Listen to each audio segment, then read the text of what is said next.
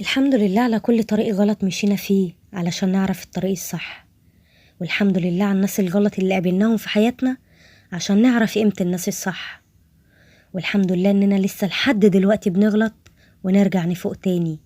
والحمد لله على كل مرة بناخد فيها على دماغنا لما بنبعد عن ربنا ونرجع نقرب تاني. والحمد لله على الضلمة اللي بتخلينا نحس بقيمة النور. والحمد لله على نعمة الفطرة السليمة اللي بتخلينا نصحح كل الغلط اللي بنعمله بدون ما نكابر. اللهم لك الحمد كما ينبغي لجلال وجهك ولعظيم سلطانك. مش هتلاقي أجمل ولا أحسن من اختيارات ربنا لحياتك. كل حاجة بتحصل هتعرف في الآخر إنها بتصب في صالحك، حتى لو أنت مش عارف ومش مدرك ده في وقتها. كل الخير والحكمة بجد في تدابير ربنا. بتفضل تخطط وتندم وتزعل على حاجات راحت وما جاتش، وفي لحظة وبأبسط الطرق بتلاقي ربنا بيراضيك وبيطبطب عليك من اتجاه تاني خالص. اتأكد ان ربنا ما بيأخرش عليك حاجة او بيحرمك منها إلا عشان يهديك بحاجة أحسن وأكبر بكتير من اللي راحت. بس الصبر وحسن الظن بيه ما تحسبوهاش، لأن ربنا حساباته دايما أجمل وأحلى وأنفع.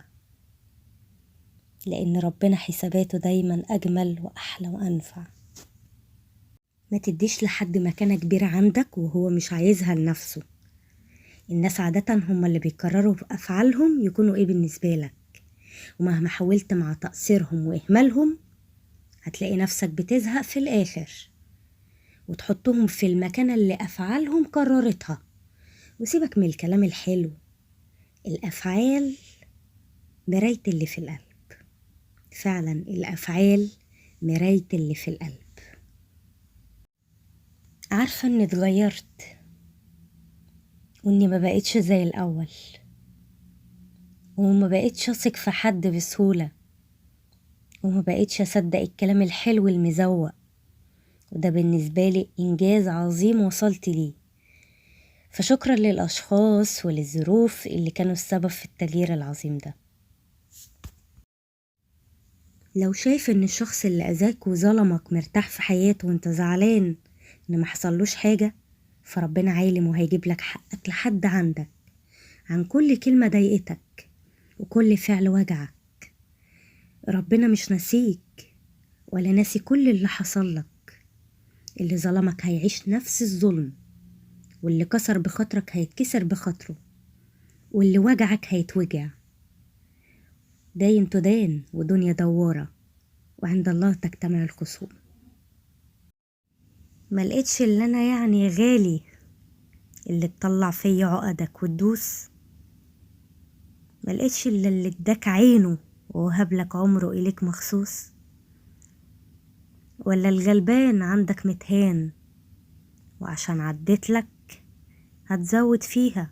لا يا روحي، هتمشي وهتعود، وهي دنيا وبناخد منها دروس. هتكسب نص روقانك في وقت ما تنسى وتعدي. هتسيب الموج يجيب الناس وزي ما جابها بيودي.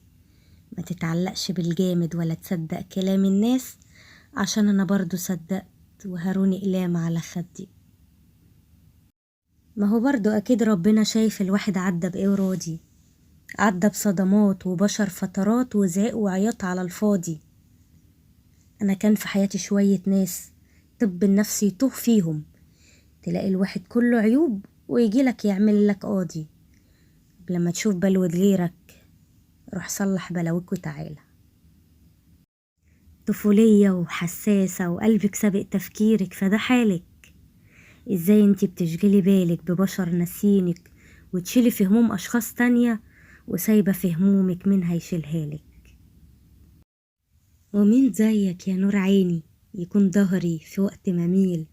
لو اتعب يوم وعوز ارتاح من غيرك هيجي يشيل.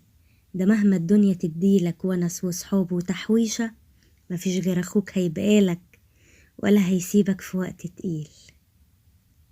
يجوز اني كنت يوم هزعل يكون على قلب اللي تهان، واني لما ما تصنتش استنيت دقيقة كمان. فاكرني يعني هتشحتف وعيط يوم عليك انت؟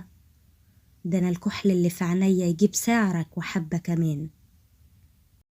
هو مش شكرانية في نفسي، بس عمري ما بعت عشرة ولا خنت ود ولا سبت حد، يعني سهلة وممتنعة ومليش في جو الحوارات.